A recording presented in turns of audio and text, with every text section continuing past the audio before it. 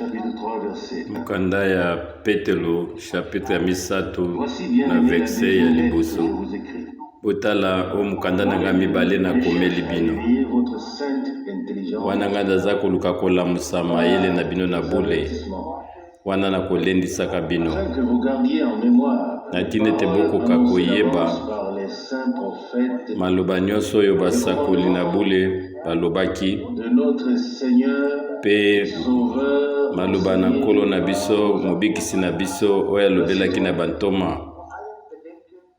Vous devez alors tout savoir que dans Ebongi na biso tokoka kososola ete na mikolo ezali koya ekozala na bato bazali koseka kotiola, bato bazali kotambolaka na baposa na bango mabe, donc mpe bazali koloba ete wapi elaka ya bozongi na que ye. les pères se sont endormis Wana ete et restés batata na biso banda bakufa, makambo nyonso tu ezali kaka lolenge moko uta ebandeli na mokili. Franchement, cela, ils veulent ignorer en effet Kasi bango bazali kobosana ete na ebandeli mokili oyo ebimaki na nzela liloba na Nzambe. étaient tirés de Lolenge moko mabele oyo ebimaki na mai mpe esalamaki na nzela na mai, monde d'alors a péri mpe na super. nzela ya mai wana nde mokili oyo ebebisamaki na ntango na La kala. même parole, le ciel et la terre actuelle Na nzela na liloba moko wana lola mpe mabele ya sasa ye mpe yango ebombami mpona esambisami hommes impies. mpona na bato oyo nyonso ya mabe elongo. Peut-être jusqu'ici cette précieuse et sainte parole de Dieu. Ntango oyo tokoki kosuka yango ezali liloba na bule. Oui, il dit ici que c'était déjà sa deuxième. Petelo mokoto na Nzambe alobi ete ezalaki mokandane ya mibale. Nous lisons Wana oyo biso tozali les kotanga croyants en éveil et leur rappeler de se souvenir yalingaki ete que tokoka kozongisa mayele lisusu leur avait été donné na o makambo oyo epesamelaki bango na nzela ya molimo santu, été dit par les saints prophètes, makambo oyo basakoli ya basantu balobaki yango ce qui leur na avait été bantoma communiqué, qu'ils ne devaient pas l'oublier. ba oyo etatolamaki ebongi ete bango babosana yango te. Lorsque j'ai lu tout ceci, Ntango ngai natangi oyo makomi oyo j'ai nyonso pensé que nous aussi, frères et sœurs, nalembaki te okandi te biso mpe lisusu quelque chose d'autre biso tokoki kotia elikia na biso na likambo mosusu te placé sur le champ de kaka oyo Nzambe atie na etumboli na ye na lolenge moko oyo ekeseni la vérité. oyo ezali solo. Mpe tolazali koloba na biso awa Cela nécessaire, il n'aurait pas soki amonaki yango ezali na motuya te nde akomi yango te. Il a interpellé les croyants à prêter attention à Ye la parole. azali kolamusa mayele ya bandimi Parole abete bokoka kotalela liloba liloba oyo basakoli balobaki, c'est en partie déjà accompli. maloba oyo na ndambu na yango ezali deja ekokisami, mpe mosusu ntango nkolo na biso ayaki makambo ebele yango ekokisamaki, mpe makambo mosusu ekokisami mpe na ntango na biso oyo, mpe makambo mosusu ezali koya. Kasi ebongi na biso tozala na bokebi, tokoka kolanda na bokebi oyo bato na Nzambe balobaki kotindanaka na nzela ya molimo.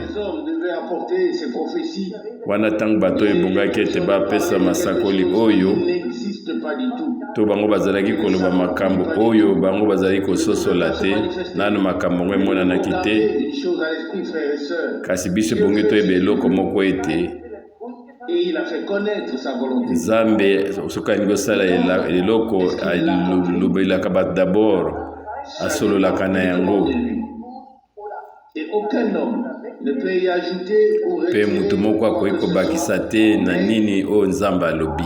Le Seigneur s'est réservé de décider des temps. Kasi Nzambe ye moko nde ayebi makambo na ye ekokokisama na ntango nini.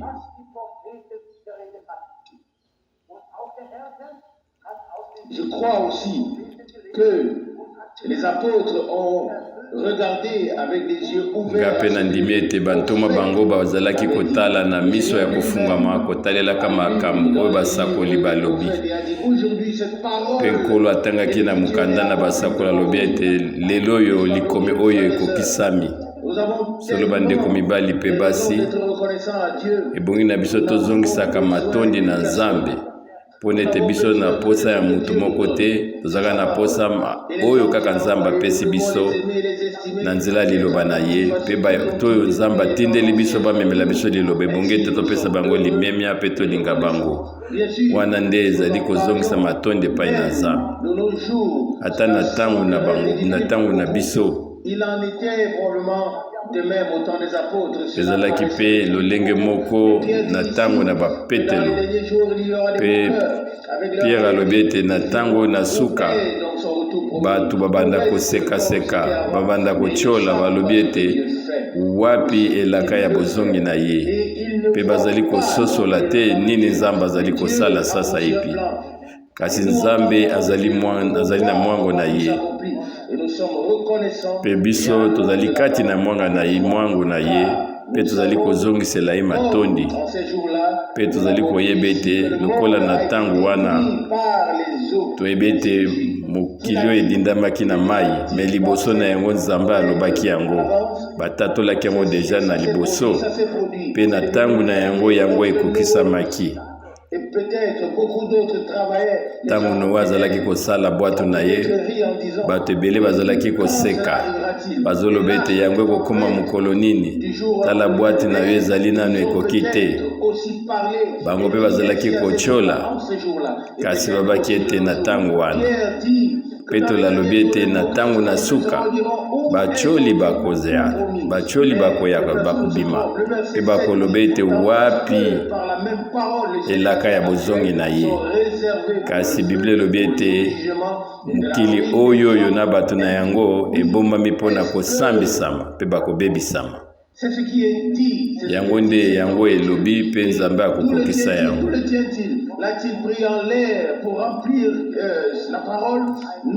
Nzambe azwi makambo oyo pamba te. Biso tokoki koyoka basusi te, kasi ntango yango ekoya makambo nyonso ekokokisama. Biso nyonso totangi na Mateya ya ndeko Branham na oyo ezali enlèvement ya mwasi na libala, kuna ezalaki na badeklaration moko ya malamu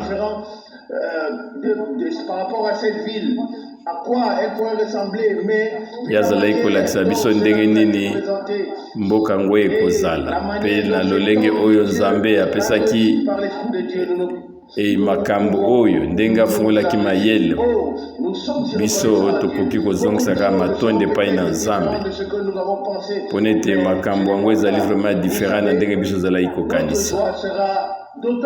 Boyebi ete esengo na biso ekozala monene na ntango wana. Tokoki kokanisa ndenge tokoki kokanisa, meza na ntina moko te, me biso ebongi ete tokoka kozwa moboko na biso kaka liloba na ye, mpe na ntango oyo biso tozali na esika oyo mpona kotalela nkolo na biso, kozongisela ye matondi, konetola ye mpona maloba nyonso ya malamu ye apesi biso na ntango oyo. Ezali maloba oyo ya pamba te, ezali maloba na Nzambe, ezali maloba na ye mpe yango ekokokisama. Na verset 7 yango ezali na motu ya makasi, mpe soki bakoloba na yango na bato, me Biblia elobi ete nyonso ezali na kati na liloba na ye. Nyonso ekokokisama kala mingi te. Bango bato bazoloba ete soki yango ekokokisama wana etali biso to, me biso toyebi ete yango ekokomela biso te, biso bato tozali kobika oyo. Ntango mosusu ekozala ndenge wana, kasi mutu moko te akoki komikosa mpona ete mutu eloko oyo okoni yo yango nde okobuka. Wana ezali liloba na Nzambe. Bungi na biso tozongisa kaka matoni na Nzambe mpona makambo nyonso oyo ya alakisi biso na nzela na emoniseli, mpona ete yango emonisami kaka na baoyo na ye. Biso azali komona na ntango wana yazalaki koloba na masese, me na baoyo ya ye abengaki bango pembeni, pe asololaki na bango na ndenge ya polele penza. Ezali pe na lolenge moko na biso. Kolo afungoli biso mayele alobineli biso na lolenge te biso tokoka koyeba kososola tobondela ye Kolo tozali kozongisa na kombo na yo lisanga oyo toyebi ete Nkolo lola pe masbelo ekoleka kasi liloba na yo ekotikala seko na seko oyo liloba na elobi o basakoli balobi pe bantoma balobi yango ekokokisama paske ezali liloba na likuta te. Kolo ezali maloba ezali kolendisa biso o ezali pe maloba oyo ezali pona kosambisa pe biso zali na nyonso tozana bosenga pona lisikoli na biso katikati na eloba oyo tikomi monisa na nguyano makasi katikati na biso pe Nkolo kotalelaka bozwi na yo monene ete ngolu na yo elanda na biso biso tozali kotalela lilobano pe tondimi ete yango ekokokisama lokumu masanzo lezonga na mboka na yo Nkolo tiko totambola na biso opambola biso pambola mungu mosali na otanga kofungola munoko na ye pona komema liloba na yo pesa biso ngolu ete tokoka koyamba liloba oyo na motema na biso pe fungola matoi na biso na molimo tokoka kososola toyoka oyo nyonso yo kosola na biso lokumu masanzo lezonga na kombo na yo na kombo ya bule ya Yesu Kristo amen. Tokoki kofanda matondi masanzo lokumu ezonga na Nkolo na biso pona tango apesi biso tokoka konetola ye tokoki kolobaka ete Nkolo lakisa biso ndenge ya kobondela oyo etali kondima tomoni ete epai oyo Abraham ye awumelaki atiaki vraimen moboko na ye na elikia epai wapi moto akokaki kotia so elikia te kasi ye awumelaki na katikati na kondima wana nde ezali bokeseni entre elikia na kondima na liloba oyo biso totangi toyebi ete tozali na elikia kasi epai oyo moto azali na elikia te yango esengi kondima pona ete kondima yango ezali elikia oyo ya makasi po oyo ozali kotalela kaka Nzambe alaki pe na poko biso tozali na esika oyo mpona kobondela pona ete Nzambe akoka kozwa bokonzi na ye na makambo oyo nyonso ye moko alingi biso toyebi te nini oyo Nzambe alingi kasi Nzambe ayebi eloko nini ye alingi kosala ntango biso ozali kobondela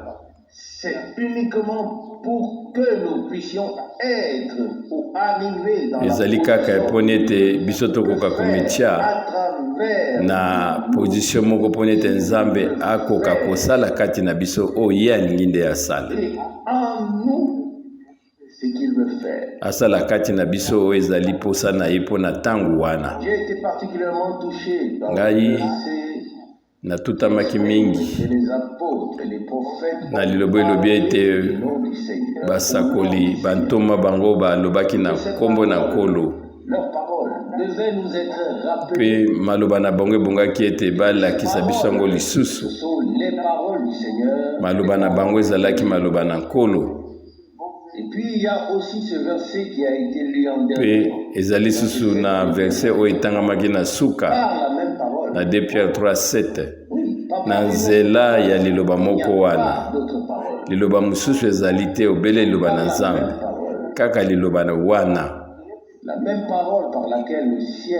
liloba wana nde na nzela na yango lola pese oyo yango ekelemaki pe ba oyo ezali komonana na oyo ezali komonana te yango esalamaki na liloba wana meme ete liloba oyo lola oyo pese oyo ya sasa ipi yango ekobebisama pe na liloba moko wana mabele ya sika pe lola ya sika yango ekomonisama nyonso ezali koloba kaka na liloba oyo Nzambe nde alobi toutes les choses qui ont été faites, makambo nyonso yango esalamaki faites par elle, yango esalamaki kaka na nzela na liloba de tout ce qui existe, eloko moko te oyo ezali kobika de tout ce qui existe, tout ce qui nyonso ezali kobika nyonso ezali kaka euti kaka na liloba si ce n'est par elle. ezali kaka na liloba nde tozali kobika na Jean 1 verset 3 maloba na bato ezali na ntina moko te Si le souffle kolo alobi ete soki pema na bango ekei wana mpe bamwangu na bango baprojet na bango nyonso ekei psaume 146 de commencement, nzambe azali na ebandeli te mpe azali na suka te l'éternité. mpe mwangu na ye euti seko na seko Lorsque nous lisons ces paroles, ntango biso tozali kotanga maloba oyo alors nous nous demandons biso tozali kotia yango na ntango na biso mpe tozali kosenga nzambe akoka kokokisa oyo ye alaki mpo na ntango na biso que c'est à la porte. mpe toyebi ete bilaka yango ezali vraiment na pembeni Un cadeau de Dieu. Chaque heure ntango nyonso ngonga nyonso yango ezali likabo nzambe apesi biso d'une autre, mpe ebongi na biso tosalela yango na lolenge ete la préparation personnelle yango ekoka kozala komibongisa na ntina na biso des autres. mpona ete tokoka kokoka kobenefisie makambo ebele 102. na psaume 102 Verset 26. na verset 26 Autrefois tu as fondé la terre, babete ntango na kala yo osalaki l'ouvrage de tes mabele mpe lola ezali mosala na yo mains. Mais toi, mabele mpe lola ekoleka kasi yo ozali kowumela seko na seko en ruine, comme bango nyonso yango nyonso ekonzoluka lokola bilamba ils seront transformés. kasi yo okobongwanaka te Tu demeures le même, yo ozali lolenge moko ils finiront point. bambula na yo esukaka te N'est-ce pas merveilleux? oyo ezali na motuya mingi na verset 26 na ntango na kala yo okelaki mokili Sont l'ouvrage de tes mains. mpe lola mpe ezali eloko oyo osali na maboko na yo nyonso ekoleka Et en effet, cela a déjà été exprimé dans la prière. wana yango deja tolobaki ngo na nzela ya mabondeli Mais la lola parole ekoleka demeure éternelle. mabele ekoleka me liloba na nzambe ekovanda seko na seko Nous pouvons nous y fier. mpe ebongi na biso tozala na elikya na liloba oyo Dans une époque où les gens cherchent la paix, tozali na ntango oyo bato baza koluka ndenge ya kobika na kimia nouveau moment de paix, baza kolobaka na ntina ete mokili oyo ya kimia kasi bango liloba elobi ete de leurs épées ils forgeront des oyaux. kowutaka na mipanga na bango bakosala bakongo En Europe, ezala na west na nord j'ai relu les deux passages qui en parlent. sasa ye mpinga natangaki makomi mibale ezali koloba na yango Entre le programme de Dieu bato bazali koleka mosika na oyo ezali programe na nzambe mpe bazali kosala kokanisa na ndenge na bango période et veulent l'appliquer. baza kozwa makambo oyo ezali na periode na bango te bakoaplika ngo na ntango na bango Je vous lis premièrement la parole où il est écrit, nazali kotangela biso où il est dit, na lilobo elobi ete ils forgeront des oyaux. kowuta na baipe na bango mopanga na bango bakosala bakongo On parle. Et aujourd'hui encore, mpe lelo bazali koloba yango on lisusu fait mention, fait ezala na baradio bazali koloba yango de leur épée, ils forgeront des balobi ete kowutaka na bamopanga na bango bakosala bakongo wana ezali makambo ezali ya koseka mpona ezali bato bazali kondima te oyaux qu'ils prennent bango bazali kozwa makambo oyo quelques versets bibliques quand ezali kokokana na mokano na bango mpe bazali kointerpreta ngo na ndenge na bango en eux la paix.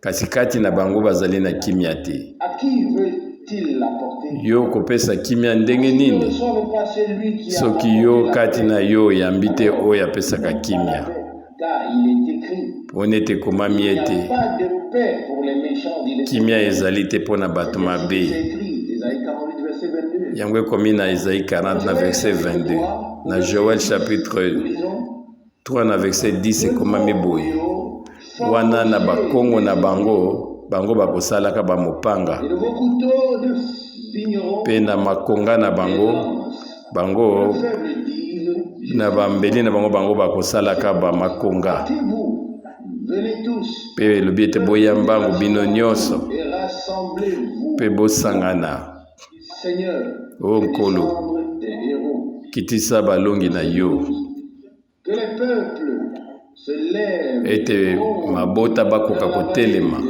Josaphat. kuna na vale na Josaphat C'est là que je siégerai pour pona ete kuna nde ngai le peuple des nations d'alentour. na kotelema mpona La fossile, kosambisa bango la moisson est mûre. bokoka kozwa fosile na bino mpona ete elanga eseko eteli mpona ete esika ya kotia bambuma etondi La impiété est grande. mpona ete kobuka ekozala mingi ebele ya bato bakoya kuna na vale Seigneur est proche. mpona ete ntango na nkolo ekomi pembeni Le soleil et la lune s'obscurcissent. wana sanza mpe moi ekokoma moi mpe minzoto ekotikala kopela De Sion et fait entendre mpe kuna kouta na Sion na Nzambe akoyokisa mongongo na ye que les cieux et la terre tremblent. lolenge ete lola mpe se ekoningana Le Seigneur est un refuge. kasi mpona baoyo ya ye Nzambe azali ebombali na bango Le même Dieu Nzambe moko wana peut être terrible akoki kozala mpona bamisusu oyo azali aux autres. oyo na kanda mpona bamisusu me kote mosusu baoyo ya ye azali kopesa bango mawa na ye Du côté, oui, de quel côté les yango etali kaka esika nini yo otelemeli Lisons ici tout d'abord tozali kotanga dabord awa te bien entre guillemets, à savoir oyo ezali koya liboso ete Oyo devait être transformé bazwi bakongo na bango bakomisi yango bibundeli vigneron en mpe bambeli na bango ekokoma makonga après que Michée 4 ce n'est que nsima nde mishe 4 yango ekokokisama na mishe 4 ekomami ete peut-être je lis seulement le verset 3. ebongi na ngai natanga verset 3 mishe 4 na verset 3 wana ya kosambisa bato ebele Justice à des mpe ya kozongisa bosembo katikati na mabota alors de leur wana kotalaka mopanga na bango des Oyo bango bakokomisa yango bakongo de leur langue mpe na makonga na bango bakokomisa yango bambeli couteau de vigneron. bambeli oyo ya kokataka bavinyo On élèvera libota moko te ekotelema libota mosusu mpona ete etumba ekozala lisusu te wana verset 4 Ils seront aussi chacun sur sa vigne. moko na moko akovanda na se ya nzete na ye mpe mutu moko akoya kobundisa ye te Seigneur des armées, mpona ete Nzambe na bibele nde alobi yango que toutes les nations marchent chacun au nom de son Dieu. mabota nyonso ezali kotambolaka na nkombo na Nzambe na bango Du Seigneur kasi biso tozali kotambola na nkombo na nkolo Nzambe na biso et à jamais. Quel libela na libela oyo ezali liloba moko ya motuya parallèle à ces paroles se trouve dans Ésaïe chapitre kotalelaka mpe lisusu na Esaïa chapitre 2 voir la période à laquelle ces mpe tokomona ntango nini liloba oyo ekokokisa 2, na Esaïe chapitre 2 il est dit ici, ekomami awa ete verset, peut-être aussi seulement à cause du temps, à partir du verset 4. totanga Esaïe chapitre 2 na verset Ésaïe 4 2, verset 4. Alors il jugera entre, wana ye akosambisa bato il jugera beaucoup de nations. ye akosambisa mabota ebele Ils forgeront des Oyo, wana kona bibundeli na bango bakokomisa yango bakongo les points mpe na makonga na bango d'eau de vigneron. yango ekokoma bambeli mpo na kokataka bavinyo moko te akotelimisa En fait, loboko na ye mpo na kobundisa mosusu écrit comme dans le prophète Michée. yango ekomami lolenge moko na mokanda na mishe yango ekokokisama Verset 2. totanga na verset 2 Esaïe chapitre 2 na ntango na suka Montagne de la maison wana ndako na Nzambe ekozala kuna likolo na ngomba s'élèvera au-dessus des pe yango ekozala mosika na bangomba misusu ya mike pe mabota nyonso ekokende epai na ye pe mabota ebele ekokende epai na ye babete tomata na ngomba na nkolo tomata na ndaku na Nzambe na Yakobo pona ete ye apesa biso batoli na ye pe biso tokoka kotambolaka na banzela na ye pona ete kowuta na Siona liloba na mobeko ekobima pe na Jerusaleme liloba na Nzambe wana ezali na ntango oyoyo mopanga na bango bakobongola yango bakongo ntango wana ekozala periode ya 1000 ans ya kimia na se oyo ntango wana Satana azali nanu kopema ye azali kozwa bakongo na bango azali kokomisa yango bamopanga pe makambo yango ekosimba te kasi ntango bakokanga ye makambo yango nde ekobongwana biso tozali kozongisa Nzambe matondi mpona ete apesi biso ndenge nini ya kotia makambo oyo lokola ye moko azali kokanisa yango toyebi ete makambo ekoleka na ntango mwa moke pe tozomona oyo ekobanda na periode ya millennium pe tokoki koyeba esika nini tokoki liloba na liloba ekokokisama soki biso toyebi makambo oyo nyonso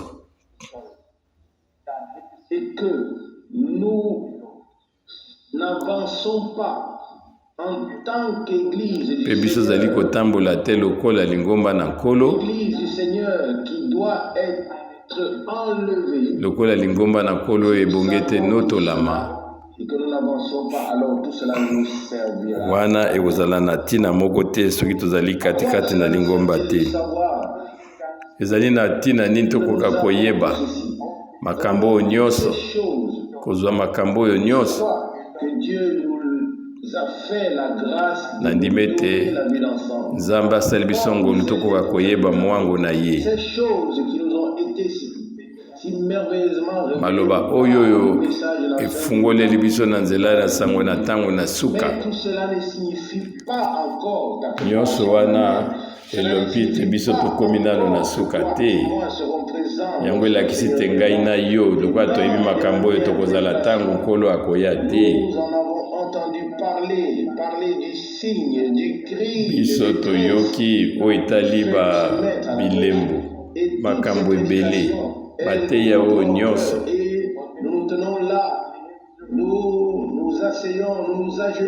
biso totelemi esika wana tozali koloba ete nkolo yo olobaki kouta na monoko na yo ete liloba na yo ekozonga pamba te yango ekokokisa oyo nini yango esa etindamaki liloba moko wana ya nkolo yango mpe ekomeleli biso na ntina ete liloba moko wana oyo ezali na kati na yango bilaka yango ebongisa biso mpona mokolo ya bozongi na Yesu Kristo ezali liloba wana nde tozali kondima na motema na biso mobimba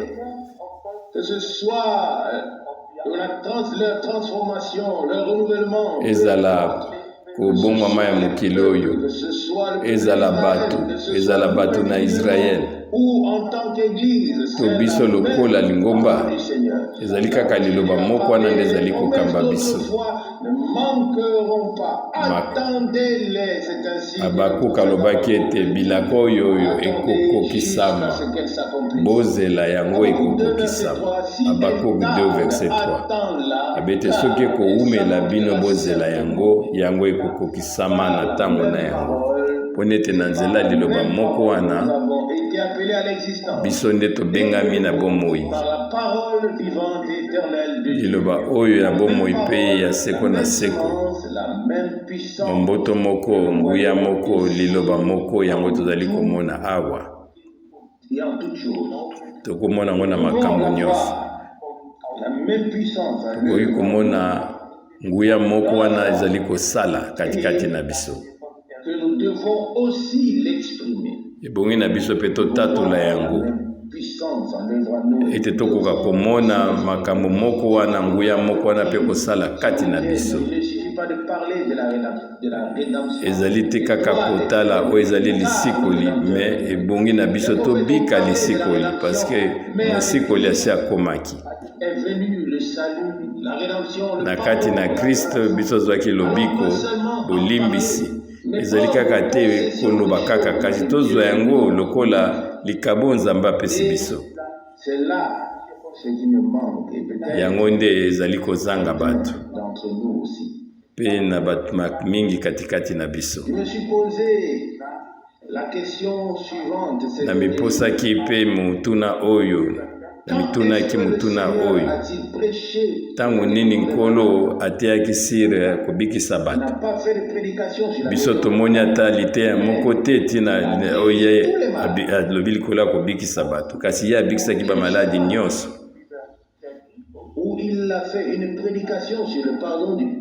nayebi mpe te soki asalaki liteya si bolimbisa masumu ekoki mpe kozala me nayebi eloko moko oyo alobaki ete ayebisi mokakatoni oyo masumu na yo elimbisami bafariseo bazalaki wana mpe bazalaki kokanisa katikati na bango nani yango akoki kolimbisa masumu soki ezali nzambe te bango bazalaki koyeba ete ye azalaki nzambe oyo amimonisamaki katikati na nzoto mpe ye ayebaki makanise bango na marke de 10 bete bokwana boyeba ete mwana na moto azali na bokonzi ya kolimbisa masumu na se oyo nazali kopesa yo mobeko yo moto oyo otambolaka te kamata etoko na yo telema mpe zonga na ndako na yo nga namoni te liteya nini Pierre Paul azali koteya sire kobikisa ya maladi tokokota na mozindo ya makambo wana kasi bango bakomaki nde mikanda na batindeli mangomba ezali oyo ya motu ezali ete biso tosuka kaka te na koloba maloba oyo kasi ebongi na biso tokoka kobika liloba ete bilaka ekoka kokoma kiteni ya bomoi na biso ete tobika bamaladi babikisami basumuki babikisami mpe liloba na nzambe yango ekokisa mosala nango katikati na biso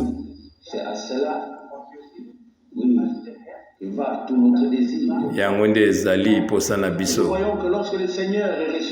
tomonaki ete ntango nkolo asekwaka yebisi badisiple na ye alobi ete napesi bino nguya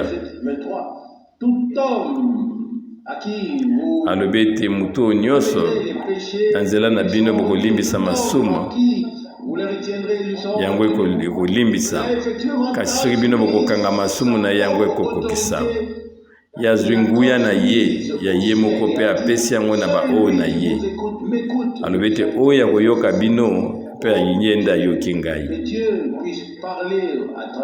tika ete nkolo akoka kosala kati na biso aloba mpe katikati na biso to mibosa na biso moko kasi biso toka kososola ete ye azali nzambe na nguya nyonso ete ye azali kotalela liloba na ye ebongi na biso tokoka koyeba ngo na malamu moto akoki kobosana nzambe kasi nzambe akoki kobosana liloba na ye te soki selema biso tokoki kondima biso tokomona nkembo na nzambe na pokwa na lelo ebongi na biso tokoka kopusana pembeni na nzambe kobondela ye kolelela ye kosenga ngolu na ye na bapinzoli na oyo nyonso nzambe atie na motema na biso ebongi na biso tolobele nyonso oyo azali kobondela efandimi ete nzambe azali wana mpe ye akozongisela ye elanga mpe akopesa ye nini oyo azali nango bosenga na nzela ya losambo nzambe aza na posa pambola biso ye aza na posa ete azala na biso bazali na kondimete que le cri de détresse, ete kolela na biso yango ekoyokisa mepai na ye indifférence et toute tiédeur mpe bokeseni nyonso doit tomber yango esengami ekweya et puisse se manifester. liboso ete nkolo na biso akoka komimonisa Avec puissance. Et Dieu se fera connaître ebongi na biso tobelela ye na nguya nyonso mpe nzambe akomimonisa katikati na biso l'éternité. Pourrons-nous ete ndolenge moko lobi lelo mpe libela na libela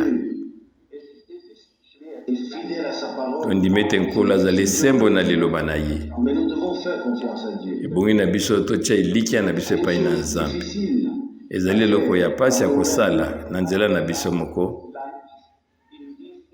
Et pour faire Branham, c'était un peu plus facile mpo na ndeko branam yango ezalaki vraiment facile que Dieu, mpo neti ye azalaki komona na bavision raison pour laquelle il voulait lokola televizio moto azalaki kobeka mpe soki amoni yango ye akokaki koloba ete ndeko yo obikisami cela avec une foi totale wana ye azalaki kondima makatani na motema ete motu wana était guéri. abikisami deja Et il dit par la suite, mpe alobi na nous nsima demandons à Dieu sur base de la promesse de kasi sa biso parole tozali kosenga nzambe kotalelaka elaka na ye va faire la même chose. ye akosala lolenge moko Besoin d'avoir ata biso tomoni bandoto te tomoni bavision te tous être prophètes, mais nous biso croyons nyonso tozali basakoli te ce que Dieu kasi biso tozali kondima oyo nzambe alobi na biso par les apôtres oyo alobi na nzela bantoma a été mis par écrit oyo nyonso ekomami katikati na biblia ensemble.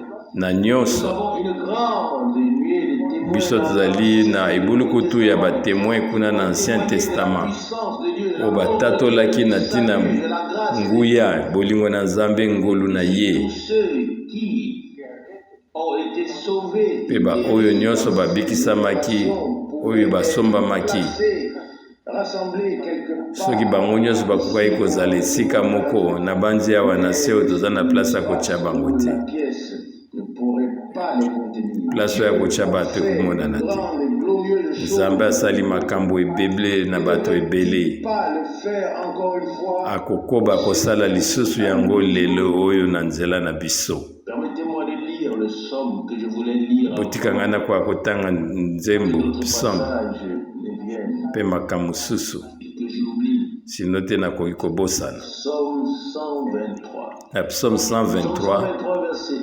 na verse ya yambo Je lève mes yeux vers toi. ngai natomboli miso na ngai epai na yo oyo ozali na bokonzi no kuna na lola Les yeux des serviteurs tala miso ya basali na yo de leur maître ezali kotalela mokonzi na bango sur la main mpe oyo mosali ya mwasi azali kotala mokonzi ne na mwasi le Seigneur elongo mpe biso miso na biso ezali kotalela yo jusqu'à ce qu'il ait pitié. ntina ntango oyo ete yo koyokela biso mawa Jusqu'à ce qu'il ait pitié. ntina ntango oyo yo koyokela biso mawa Verset 3. na verset 3 Aie pitié, Seigneur. yokela biso mawa nkolo yokela biso mawa Nous sommes fatigués. mpo nete biso tolembi na kotiola ya bato Fatigués. elimo na biso elembi Les orgueilleux. na kotiolamaka na bato oyo ya lofundu na bato ya lofundu bakotiola biso Mon état, wana ezali te lolenge moko ndenge tozali kobika sikoyo ndenge yo ozali kobika ton cri, oyo batioli bazali kotiola biso du peuple de Dieu en général, kotala ndenge bato na nzambe bazali kobika une vue claire de ce qui arrive à Israël. biso ozali kotala ndenge oyo makambo ezali kobika na israele Ont effectivement cette vue claire. bato ebele bandimi bazali komotala mpe ndenge moko Suffisamment sonder la parole prophétique. bato ebele Recherche. batali na makanisi na bango liloba oyo na lisakoli De l'esprit. kasi bango bazalaki na emoniseli te Et ils ont balukiluki na ndenge na bango vu certaines choses. mpe basangisi makambo na ndenge na bango Dieu a fait avec l'Église. kasi bango bazali komona te nini nzambe azali kosala na lingomba na Il a ye envoyé un message. bazali komona te ke nzambe na ntango na biso atingili sango moko Fait à travers pe likambo nini nzamba nikosala katikati na lingomba na ye. Bango baza kokanisa ete nzambe asali bango ngolu bako akoyeba na ndenge na bango makambo na ntango na oyo na ntango na suka. Me na manso biso zali kozongisa lokumu na nzambe. Biso zali kotalela na oyo ezali koya sali konetolama na biso. Sima nde lobiko ekozongela na bayuda. Tozali komona ete bango bazali kososola te ti sikoyo. Kasi bango bazali na makasi. Bazali kondima ete nzambe azali na bango. Me bongi na biso pe na lingomba nzambe apesa biso makasi. Lokola elobami na ntina na biso.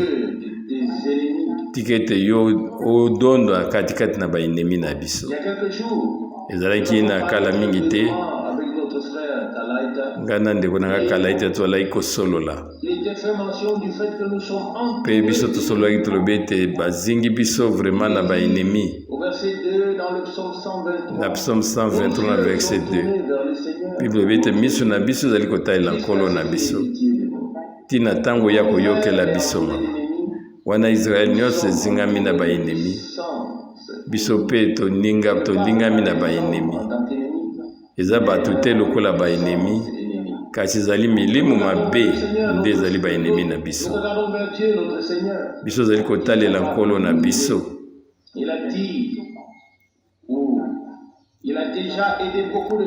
Kolo asalisi bato ebele. Pe akosalisa biso na nzela ngolu na ye.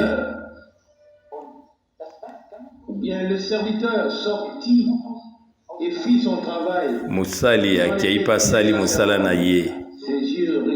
Pe azalaki kotala kolo na ye.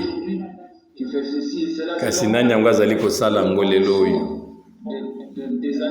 Tozali komona na bamikolo eleki. Biblia elobi ete miso na biso azali kotalela nkolo. Me biso lelo total. Okomona batu ya oyo bazosalela nzambe na lolenge wana bazali wapi. Awa na se oyo. Mutu na mutu azali kotambola na ndenge na ye. Nani yango akoki kotalela kolo ne pa alobi na ye ezela. Je vais recevoir quelque chose à faire. Ngani ginazwa eloko moko na koki kosala.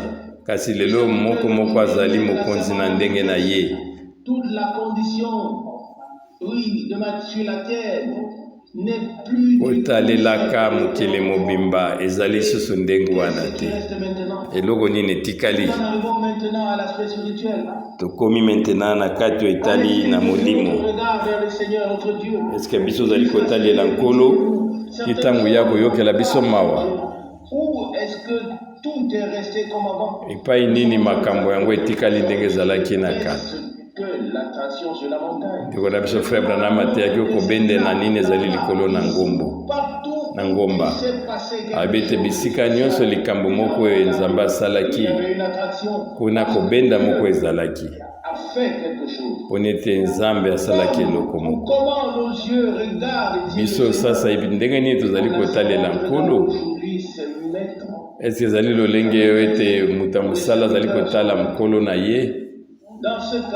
Na tango wana ekozala mawa mpo na biso. Ebonge ete ndenge na biso ya kala ezonga biso totalela kaka epai na nkolo. Biso na biso etalela kaka nzambe tina ntango ya koyokela biso mawa. Oh, yokela biso mawa, yokela biso mawa mpona ete biso tolembi batioli oyo. Biso moko tokoka te. Kasi nkolo oyo yokela biso mawa. Ebongi na biso ete ntango tozali kobondela. Tobondela lokola ye abondelaki. Tokoka koyoka soni te tolobi ete nkolo yokela biso mawa. Na verset 4. Elimo na biso elembi ndenge bato bazali kotiola biso. Bato bazali ko na lofundu bazali kotiola biso. biso toyebi eloko nini biso ozali koloba. Biso totondi na oyo ezali koseka ya bato, bazali kotiola biso, bazali kotiola bango batondi na lufundu, bazali kaka kotiola. Awa moyembo alobi ete elimo na biso elembi,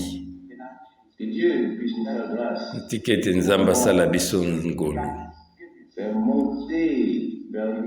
tokende komema mongongo na biso epai na ye, tolobi ete Nkolo yokela biso mawa, yokela biso mawa, pona ete elimo na biso elembi. Na verset 4, elimo na biso elembi, elembi na ndenge bazali kotiola biso na bato, na bato oyo ya lufundu, bato oyo batondi na lolendo. Tika ete bato bakende mosika na biso Nkolo, koseka, kotiola.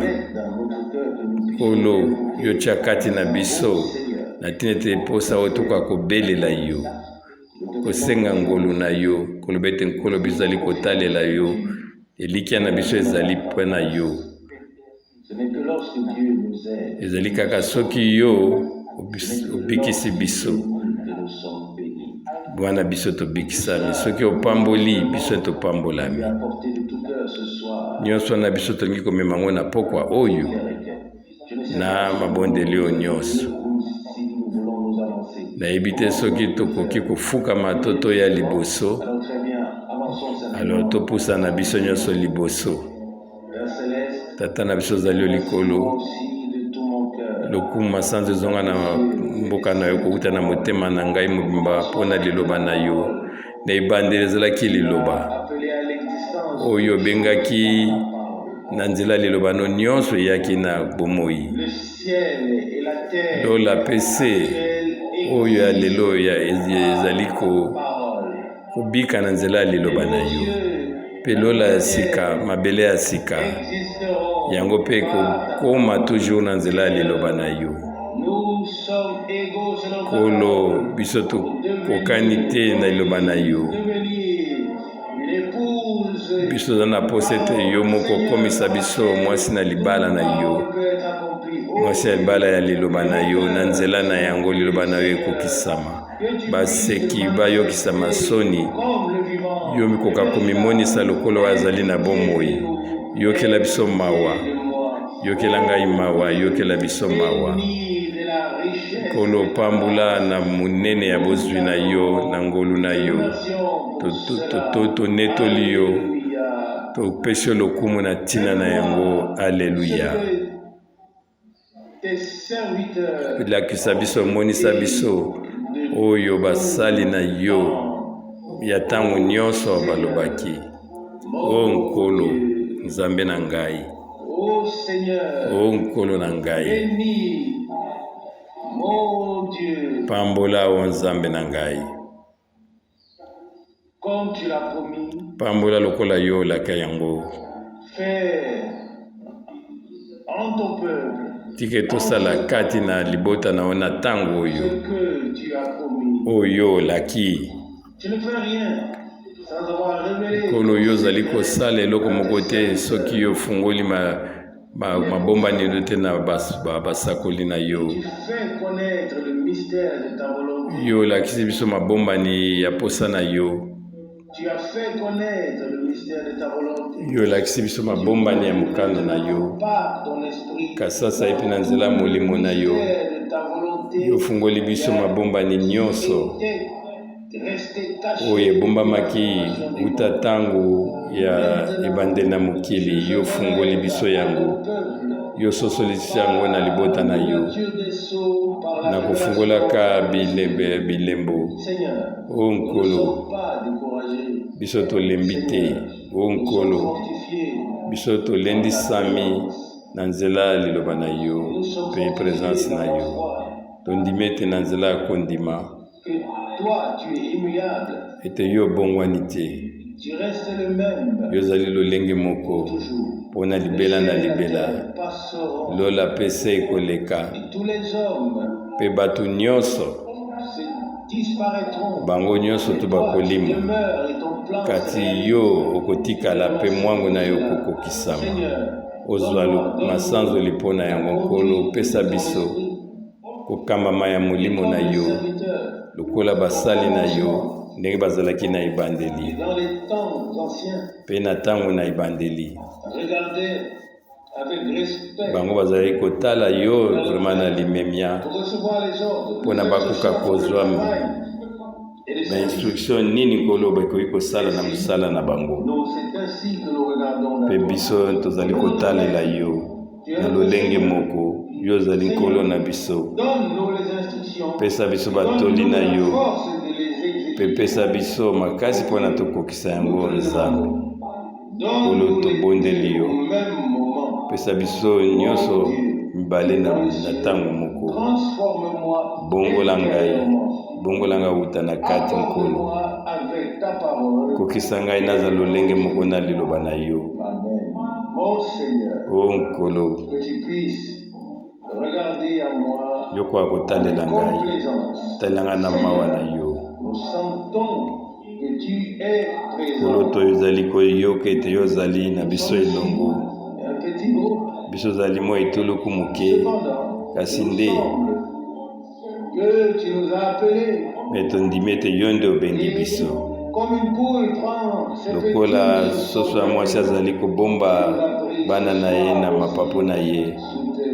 Yo pozi biso pokwa oyo na se ya mapapu na yo. O nkolo na ngai. Onetola manatina na yango. Lokumu masanzoli matu. Onetola maizonga na mboka na yo. Ponete yo lobi. Pe biso to yambi yango. Pe yo zali kokengela liloba na yo pona kokokisa yango. O nkolo. Salete biso tokoka kobika bozongisi ya makambo nyonso. Makambo nyonso ezalaki kala. Oyo ebungaki pe biso tokoka komona yango. Biso tokoka koyoka ngona matoi na biso. Biso tosimba yango. Tomona yango nkolo kokokisama liloba. Kolo tobondeli yo. Etopesa biso musala o na Nzambe ndenge ezalaki na ibandeli. Na nzela na wapi yo koki koya pe yo moko zwa bokonzi no katikati na biso. Masanzo lokumu tozongisi bandeko mibali pe basi pe bahero biso nyonso tozali koyeba. Bakamarade na biso bao baza pembeni na biso. Nyonso tozongisi bango na maboko na yo. Ata nkolo ya okanisa mabonde bato basengai mabonde ndeko na biso la wisi wazali na hôpital. Biso zali kobondela yo nkolo. Pe ba oyo nyonso bazali na katikati na bosenga. Basentir bayoka nkolo loboko na yo ezali mokuse te. Ete nguya na yo yango ebongwani te. Yo zali lolenge moko. O Nzambe moyenge pambola libota na yo. Yoka mawana tina na biso. Ete mawana yo na seko ekamba biso. Yango etondisa makatikati na biso. O Nzambe soki tozwi ngolu liboso na yo. Yo moko zala liboso na biso. Pepesa biso ngolu pe makasi ya kolanda yo. Kolo tobondeli yo lisusu mpona biso nyonso zali na esika oyo. Pe ba oyo nyonso bazali awa te na pokwa oyo. O nkolo, o Nzambe, yo yebi ba oyo na yo, pe ba oyo yo bayebi yo. Bango bazali koyoka, pe to bakoyoka pe misusu mongongo na yo. Pe tolobi na zongisi matondi mpona yango. Sala biso pe ngolu na tina na yango. Pone te tango nyonso. Tokoka kozala ba oyo bakangami na yo. Pe na nzela ya bolingo na yo. Lokumu, masanzoli, nkembo, na kombono na bule. Amen. Amen.